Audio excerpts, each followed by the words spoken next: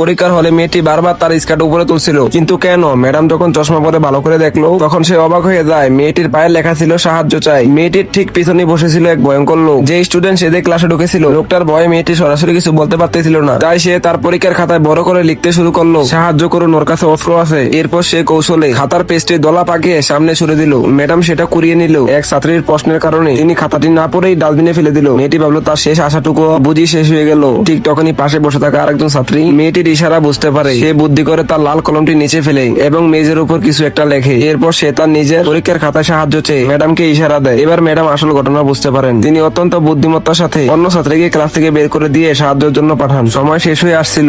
অপহরণকারী লোকটি মেয়েটিকে জোর করে নিয়ে যাওয়ার চেষ্টা করে। ঠিক তখনই স্পেশাল ফোর্স এসে তাকে চারপাশ থেকে ঘিরে ফেলে এবং গ্রেপ্তার করে। এভাবে মেয়েটির সাহস আর এক সহপাঠীর বুদ্ধিতে বড় এক বিপদ থেকে সে রক্ষা পেল। গাইজ, আমরা এই রহস্যময় মুভি থেকে বুঝতে পারি বিপদের সময় বুদ্ধি হারানো উচিত নয়। এই মেয়েটি যদি সাহস না দেখাতো তবে হয়তো বড় কোনো দুর্ঘটনা ঘটে যেত। মেয়েটির এই উপস্থিত বুদ্ধির জন্য কি একটা লাইক দেওয়া যায় না? গাইজ, আজকের ভিডিওটা এটুকুই। কেমন হয়েছে জানাও, আর দেখা হচ্ছে নতুন কোনো ভিডিওতে।